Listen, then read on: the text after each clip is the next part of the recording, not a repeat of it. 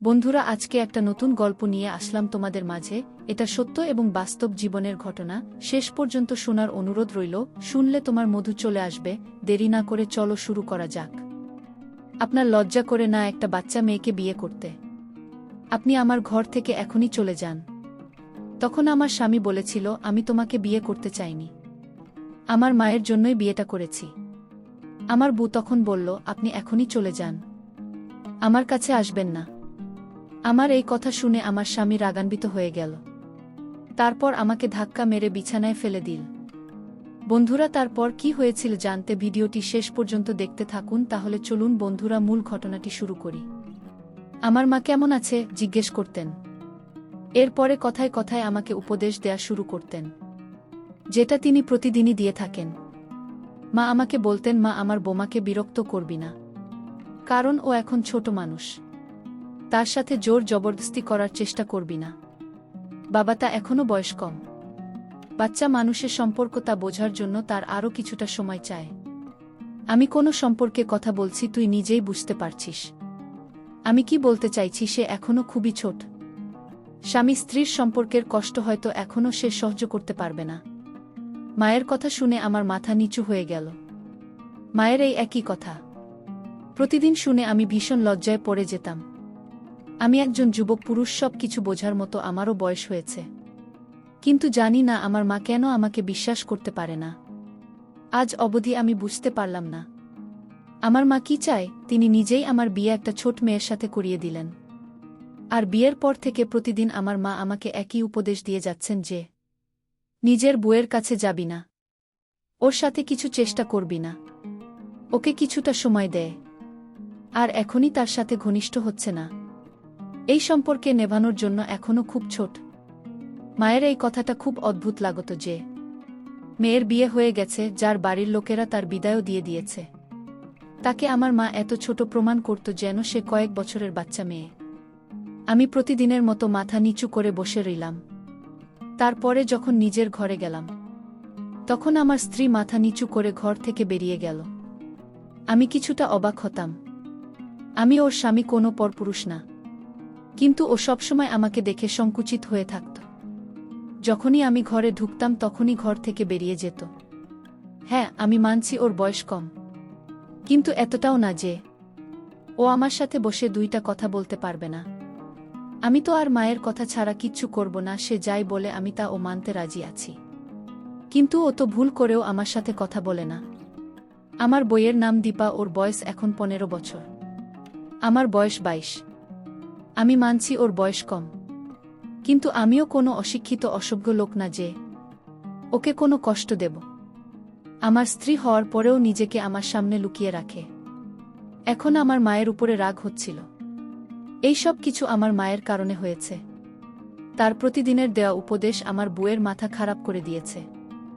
আর মায়ের উপদেশের কারণেও সবসময় আমার থেকে দূরে দূরে থাকত। মাঝে মাঝে আমার মনে হতো দীপা সত্যিই খুব অবুঝ মেয়ে, যে এসব ব্যাপারে কিছুই বোঝে না। আমি ওকে বিরক্ত করার চেষ্টা করতাম না, তবু আমাকে দেখে খুব ঘাবড়ে যেত।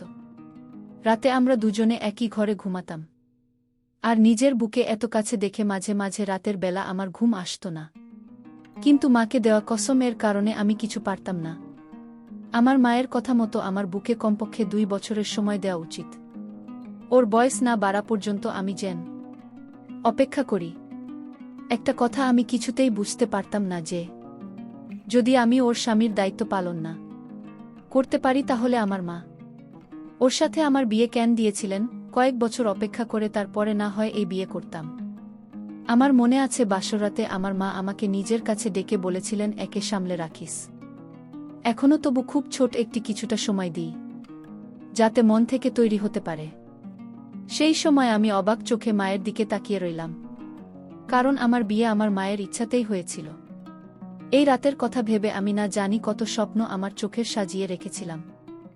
আমার মন উতলা হয়ে উঠেছিল নিজের স্ত্রীকে পাওয়ার জন্য। আর আমার মা আমার সমস্ত স্বপ্ন ভেঙে চুরমার করে দিল। আমার মুখে চিন্তার ছাপ দেখে আমার মা আমাকে বোঝাতে লাগলো যে রাকেশ, চিন্তা করিস না, বেশ কিছু দিনের ব্যাপার, যখন সম্বন্ধে ব্যাপারে বুঝতে শিখবে আর বড় হয়ে যাবে, তখন তুমি নিজের বিবাহিত জীবন শুরু করিস। কিন্তু এখন ওর সাথে কোনো কিছু না। যদি কিছু উল্টোপাল্টা হয়ে যায় তাহলে আমরা লোকের সামনে মুখ দেখাব কিভাবে? মায়ের কথা শুনে আমি অবাক হয়ে গেছিলাম। তিনি নিজের যুবক ছেলের বিয়ে দিয়ে এ কেমন কথা বলছেন? আমি একটা যুবক পুরুষ, আমারও কিছু চাহিদা আছে। নিজেকে সামলাব কিভাবে? আমি মায়ের দিকে অবাক চোখে তাকিয়ে বললাম, যদি আমার স্ত্রী এখন যুবতী না হয়ে থাকে আর সে যদি আমার থেকে আলাদা থাকে তাহলে এরকম মেয়ের সাথে আমার বিয়ে দিলে কেন? দুনিয়াতে কি মেয়ের অভাব পড়েছিল? আমি একটা যুবক পুরুষ, কোনো ছোট বাচ্চা না যে নিজের স্ত্রী বড় হওয়ার জন্য অপেক্ষা করব।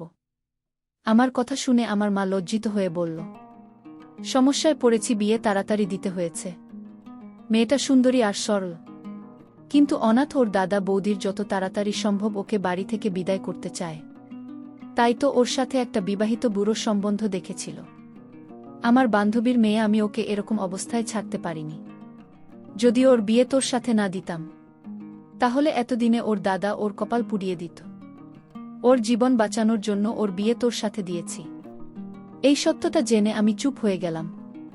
আমার মা আমার মাথায় হাত দিয়ে বললেন, আশা করছি তুই আমার মান রাখবি। এখনই তুই তোর স্ত্রীকে কিছু করিস না, ওর থেকে দূরত্ব বানিয়ে থাকিস। মায়ের এরকম কথা শুনে আমার রাগ তো হয়েছিল, কিন্তু আমি তবু চুপ করে গেলাম। আমার মনে হয়েছিল যে আমি কোন ছোট মেয়েকে বিয়ে করেছি, কিন্তু যখন ঘরে গিয়ে বুকে দেখলাম তখন তো অবাক হয়ে গেলাম। অবশ্যই ওর বয়স কম ছিল, কিন্তু আমার কাছে মনে হয়েছিল সে যুবতী ছিল। ওকে দেখে আমার হৃদয়ে বেইমান হয়ে উঠেছিল। কম বয়সী হওয়ার পরে ওকে দেখার মতো ছিল, এই কারণে ভালোভাবে আমার সাথে মানিয়ে যেত। কিন্তু আমি আমার মায়ের কথা মনে করে খুবই কষ্টে নিজেকে সামলে নিলাম। না হলে দীপার সৌন্দর্য তো আমাকে পাগল করেছিল। আমি ওর পাশে বসেও খুব ভয় আছে বলে মনে হলো। তাই ওকে বললাম, চিন্তা করো না, আমি তোমার কোনো ক্ষতি করব না। আমাকে ভয় পাওয়ার দরকার নেই। আমি যখন ওর পাশে গিয়ে বসলাম তখন সে ভয়ে কাঁপছিল। আমি অনুভব করতে পারছি যে ওর চোখে জল এসে গেছে। ওর গোলাপি মুখ ভয়ের কারণে সাদা হয়ে গেছে। আমি ওকে সান্ত্বনা দিয়ে বললাম, দীপা, তোমার এতটা ভয় পাওয়ার দরকার নেই। আমি তোমার সাথে কোনো জোর করব না। আমি অবাক হয়ে ভাবছিলাম যে ও আমাকে দেখে এতটা ভয় কেন পাচ্ছে। ওর চোখে মুখে ভয় পরিষ্কার বোঝা যাচ্ছিল। যদিও আমি কোনো শব্দিত টাইপের মানুষ না। সবে মাত্র কিছুদিন আগে আমি চাকরি পেয়েছি, আর আমার মা হঠাৎ করে আমার বিয়ে দিয়ে দিলেন। আমি তো এই হঠাৎ বিয়ের কথা শুনে হতভম্ব হয়ে গিয়েছিলাম। আমার ছোট ভাই পড়াশোনা করার জন্য বাহিরে আছে, মা ওর জন্য অপেক্ষা করেনি। এই সময় সেখানেও পরীক্ষা আছে, আর এদিকে আমার বিয়ের তোড়জোড় চলছে। আমি আমার ভাইয়ের কাছে ফোন করে ক্ষমা চেয়েছিলাম। তখন ও আমাকে বলেছিল, কোনো ব্যাপার না দাদা, আমি সব জানি, কিন্তু পরীক্ষা আছে বলে আমি আসতে পারছি না। সামনের পুরো মাস আমি খুব ব্যস্ত থাকব। তুমি বিয়ে করে নিজের বিবাহিত জীবন ভালো করো, আমাকে নিয়ে চিন্তা করার কোনো দরকার নেই। ভাইয়ের রাগ না হওয়া আমাকে পুরোদমে অবাক করে দিয়েছিল। আমরা দুই ভাই একে অপরের খুব কাছাকাছি ছিলাম না, কিন্তু আমি আমার ভাই এবং বোনকে খুব ভালোবাসতাম। নিজের বিয়ের সময় ভাইয়ের অনুপস্থিতি আমি অনুভব করতে পারছিলাম, কিন্তু আমার ভাইয়ের তো কোনো ব্যাপারই ছিল না। বিয়ে সুন্দরভাবে হয়ে গেলে আমার কোনো সমস্যা হয়নি, কিন্তু এখন মায়ের ব্যবহার আর বউ আমার থেকে পালিয়ে বেড়ানো। মায়ের সবসময় আমাকে উপদেশ দেওয়া যে নিজের বুকে কোনোমতে কষ্ট দিবি না। কিছুই বুঝতে পারছি না। আমার মা সবসময় বলতো, দীপা এখনো ছোট বাচ্চা, কিছুই বোঝে না এটা সেটা, কিন্তু এটাও সত্যি যে আমার স্ত্রী কোনো ছোট বাচ্চা না। পুরো যুবতী মেয়ে। ওর সেজেগুজে রেডি হয়ে নিজের বান্ধবীদের সাথে দেখা করতে যেত, তাদের সাথে হেসে হেসে কথা বলতো। শুধু আমার সাথে কথা বলতো না, ব্যাস আমি ওকে মন ভরে দেখতাম। কিন্তু আমার মাথায় সব সময় আমার মায়ের উপদেশ ঘুরতে থাকত। কিছুদিনের মধ্যেই আমার মেজাজ খিটখিটে হতে লাগল। সাধারণ ব্যাপার নিয়ে আমি রাগান্বিত হতাম। আমি একটা যুবক ছেলে, আমার আবেগ আমাকে শান্তিতে থাকতে দিত না। আমার বউ আমার বিছানাতে এক সাইডে শুয়ে থাকত। রাতের পর রাত আমার ঘুম আসত না। মন চাইতো সব কিছু ভুলে আমি দীপাকে, কিন্তু মায়ের কথা ফেলতে পারছিলাম না। যদি তিনি জানতে পারেন তাহলে আমার সম্মান তার চোখে শেষ হয়ে যাবে। এই ভেবে আমি নিজেকে সামলে করে নিতাম। এটা এমন একটা বিয়ে যাতে নিজের বউয়ের থেকে দূরত্ব বানিয়ে থাকতে হচ্ছে। এখন আমার অফিসের কাজে মন বসছে না। আমি মনে প্রাণে চাই তা যখন আমি ক্লান্ত হয়ে বাড়ি ফিরব, তখন আমার স্ত্রী এসে আমার যত্ন করবে। রাতে যখন ক্লান্ত হয়ে ঘুমাব তখন সমস্ত ক্লান্তি ভুলে ওর সাথে শান্তিতে। আমার মন চাইতো যখন সেজেগুজে রেডি হয় তখন আমি ওর প্রশংসা করি, ওর জন্য বিভিন্ন গিফট নিয়ে আসি। কিন্তু আমাদের মধ্যে এরকম কোনো সম্বন্ধই নেই। যদি আমি ভুল করি ওর জন্য কোনো গিফট নিয়ে আসতাম বা কখনো প্রশংসা করে দিতাম, তখন এমন ঘাবড়ে যেত যে আমি কোনো অপরাধ করে ফেলেছি। ওর সুন্দর মুখের উপরে ভয়ের ছাপ স্পষ্ট ফুটে উঠত। আরও তাড়াতাড়ি করে দৌড়ে আমার কাছ থেকে পালিয়ে যেত। এই সব কিছুই খারাপ লাগত। তাই আমি দীপাকে ওর অবস্থাতেই ছেড়ে দিলাম। কিন্তু চাইলেও আমি ওকে দেখা করতে পারছিলাম না। আমরা একই ঘরে থাকতাম, একই বিছানাতে ঘুমাতাম। আমি তো তবু ওর স্বামীও যখন সেজেগুজে থাকত তখন আমার চোখের দিক থেকে সরতই না। আমার এইভাবে তাকানো আমার মা বুঝতে পেরে যেত, আর আমাকে পেয়ে বলতো, তখন এটা কী রকম ব্যবহার আমি দেখছি, তুই দীপার দিকে একটু বেশিই নজর দিতে শুরু করেছিস। তুই কি আমার কথা ভুলে গেছিস? মায়ের কথা শুনে আমি লজ্জায় পড়ে যেতাম। মাকে খুব ভালোবাসতাম, তাই মায়ের কথা অমান্য করে কিছু করতে পারছিলাম না। তাই আমি মাকে বললাম, যদি তুমি আমাকে দীপার থেকে আলাদা রাখতে চাও তাহলে আমার বিয়ে কেন ওর সাথে দিলে? আর যদি আলাদা রাখতে হয় তবে ওকে তোমার ঘরে শোনাও, আমার ঘরে পাঠিয়ে না। আমার নিজের উপর সামলাতে খুব অসুবিধা হয়। আমার মা ও অদ্ভুত, আমি ওকে দেখতে পারবো না, আমি কিছু করতে পারবো না। যখন আমি অফিস থেকে ক্লান্ত হয়ে বাড়ি ফিরতাম তখনও রান্নাঘরে কাজে ব্যস্ত থাকত, আর খাবার খেয়ে ঘরে এসে ওকে এক পলক দেখার জন্য আমি ঘন্টার পর ঘন্টা অপেক্ষা করতে থাকতাম। কিন্তু ঘরে আসতো না। ক্লান্ত শরীরে অপেক্ষা করতে করতে যখন আমি ঘুমিয়ে পড়তাম তখনও চুপচাপ এসে বিছানার এক কোণে শুয়ে পড়ত।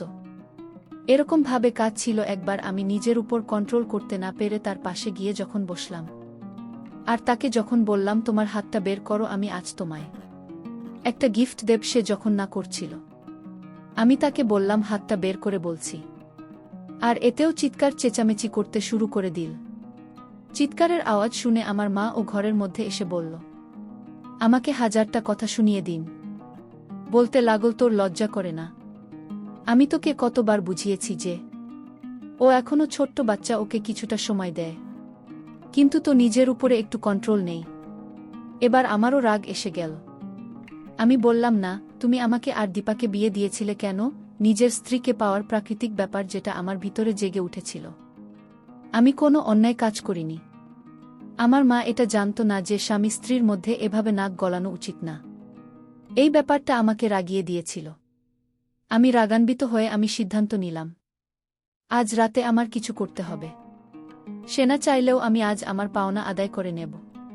তারপর রাতে যখন তার রুমে গেলাম, সে আমায় বলল, আপনার মা নিষেধ করা সত্ত্বেও আপনি আমার ঘরে আসেন কেন? আমি বললাম, সেই জবাব কি তোকে দিতে হবে? এই কথা বলে আমি তাকে বিছানায় ধাক্কা মেরে ফেলে দিলাম। তারপর বন্ধুরা বুঝতেই পারছেন কি করেছিলাম। কিন্তু বন্ধুরা, আমি তা করে ভুল করেছিলাম, কারণ কিছুক্ষণ পর আমার স্ত্রী অজ্ঞান হয়ে পড়েছিল। তারপর তাকে হাসপাতালে নিয়ে গেলাম। তারপর ডাক্তার বলল, ওর উপর কঠিন অত্যাচার করা হয়েছে, যা তার পক্ষে মেনে নেওয়া সম্ভব ছিল না। কিছুদিন পর তাকে বাড়িতে নিয়ে আসলাম আর সিদ্ধান্ত নিলাম আমি বিদেশ চলে যাব। প্রিয় বন্ধুরা, গল্পটি ভালো লাগলে অবশ্যই কমেন্ট করে জানাবেন। আর নিয়মিত এমন আলাদা স্বাদের গল্প শুনতে ভিডিওটিতে লাইক এবং চ্যানেলটিকে সাবস্ক্রাইব করে সাথেই থাকুন। আর হ্যাঁ, নোটিফিকেশন বেলটি অল করে রাখবেন, যাতে পরবর্তী গল্প সবার প্রথমে আপনাদের কাছে পৌঁছে যায়। ধন্যবাদ বন্ধুরা, ধন্যবাদ সবাইকে।